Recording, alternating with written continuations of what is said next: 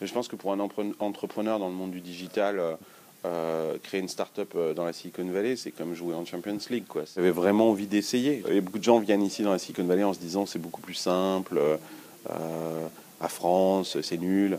Je crois pas du tout. Je pense que c'est beaucoup plus dur parce que les ballons vont plus vite, la concurrence est beaucoup plus forte. Il y a 60 000 startups qui se créent par an dans la Silicon Valley. Donc c'est beaucoup plus difficile. Et puis c'est toujours difficile de créer une boîte. Et c'est encore plus difficile de créer une boîte dans un pays qui n'est pas le tien, avec une culture qui est différente, dans une langue qui n'est pas la tienne, et loin de ta famille, loin de tes amis. Mais c'est ça aussi qui rend le challenge vachement intéressant. On parle souvent de la complexité administrative française en disant c'est compliqué de créer une boîte en France sur un plan administratif. Si un entrepreneur me dit « j'ai pas pu créer ma boîte parce que c'était compliqué administrativement », c'est que c'était pas un entrepreneur. Très honnêtement, un entrepreneur, il doit sauter des obstacles bien plus hauts que celui de l'administration française. Alors si tu t'arrêtes à la première haie de l'administration française, qui certes est un peu compliqué, mais il faut arrêter quand même, quoi. On n'est pas, c'est pas Kafka, quoi. C'est pas plus simple aux États-Unis. De toute façon, aux États-Unis, on ne fait rien sans l'aide d'un avocat. En France, on peut créer sa boîte tout seul. On n'a pas besoin de prendre un avocat qui coûte $365 de l'heure. La difficulté administrative de créer une boîte, c'est le plus petit des problèmes qu'on peut avoir dans une entreprise. Il y en a des beaucoup plus gros après, quoi. Le problème, c'est plus la société. C'est-à-dire que amusez-vous à dire que vous allez créer une boîte en France à votre famille, à vos voisins, à vos amis, à votre entourage.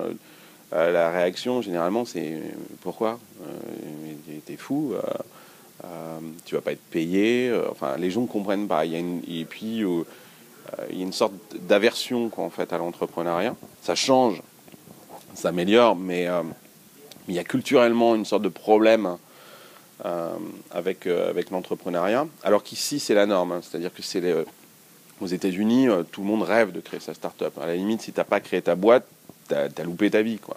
Et il y a une culture aussi du risque, et je pense qu'on peut pas non plus en vouloir trop aux Français, parce que il y a aussi cette peur de l'échec en France, qui est très très forte.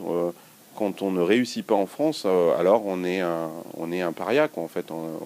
C'est qu'on a fait quelque chose de mal.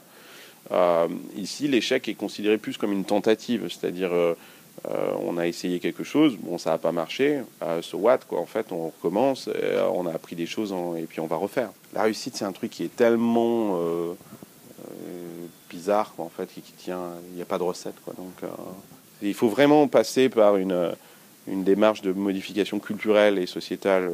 Ça se passe pas au niveau administratif, c'est pas à coup d'aide, c'est pas de l'argent dont on a besoin, on a besoin d'une mentalité plus entrepreneuriale. Et c'est pas quelque chose qu'on peut régler en filant de l'argent, quoi. C'est dans nos têtes. Mais moi, je pense pas rester ici. C'est-à-dire que c'est pas mon pays, les États-Unis, et je me sens pas américain. J'ai pas non plus envie de devenir américain. Je me sens profondément français, un peu espagnol aussi. J'ai appris énormément de choses par mes startups en France. J'en apprends plein ici. Et je suis pas certain que j'ai beaucoup à redonner à des entrepreneurs américains, mais peut-être à des entrepreneurs français. Je pense pas rentrer tout de suite, mais je vais rentrer. Avant d'être trop vieux non plus, parce que sinon ça sera trop tard. Non, ouais, mais je vais rentrer. Je promets, je rentre.